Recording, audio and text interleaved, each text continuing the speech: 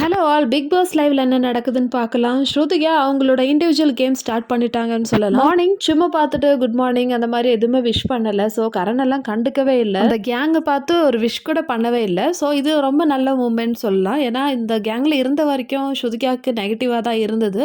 So எப்பவுமே வந்து ஸ்ருதிகாவை back byte பண்ணிட்டே தான் இருப்பாங்க. கரண் ஷில்பாலாம் சும் வந்து அதெல்லாம் கேட்டுன்னு இருப்பாங்க.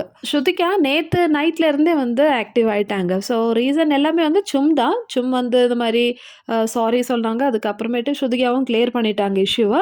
ஆனால் இனிமேல் ஃப்ரெண்ட்ஷிப் வந்து நம்ம இந்த வீட்டில் காமிக்க வேண்டாம் அப்படின்னு ஒரு டிசிஷனில் இருக்காங்க 2 பேரும். ஸோ இது இப்படியே இருந்தால் நல்லாயிருக்கும்.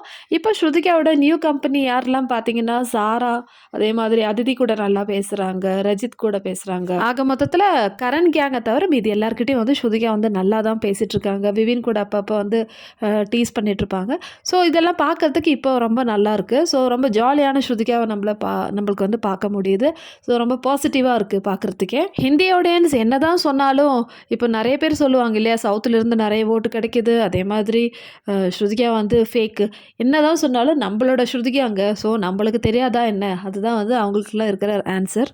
இன்றைக்கி மார்னிங் பிரேக்ஃபாஸ்ட் கூட ஸ்ருதிகா தனியாக தான் சாப்பிட்டாங்க. அதாவது அந்த கேங் கூட இல்லாமல் மற்ற ஹவுஸ்மேட்ஸ் கூட சாப்பிட்டாங்க. ஸோ அந்த கேங்கை வந்து திரும்பி கூட பார்க்கலான்னு சொல்லலாம். இதனாலே வந்து ஸ்ருதிகா ரொம்ப ஹாப்பியாக இருக்காங்க. ஸோ அவங்க மைண்டில் இருந்த ஃப்ரஸ்ட்ரேஷன்லலாம் மாறி இப்போது ரொம்ப தெளிவாக யோசிக்கிறாங்க. ஸோ இதே மாதிரி இருந்தால் மக்கள் வந்து இன்னும் ஸ்ருதிகாவுக்கு சப்போர்ட் பண்ணிட்டு தான் இருப்பாங்க. ஸோ ஆஸ் யூஷுவல் இந்த வீடியோ பிடிச்சிருந்தா சேனல் லைக் பண்ணுங்கள், ஷேர் பண்ணுங்கள், சப்ஸ்கிரைப் பண்ணுங்கள். இதே மாதிரி அடுத்த வீடியோவில் பார்க்கலாம்.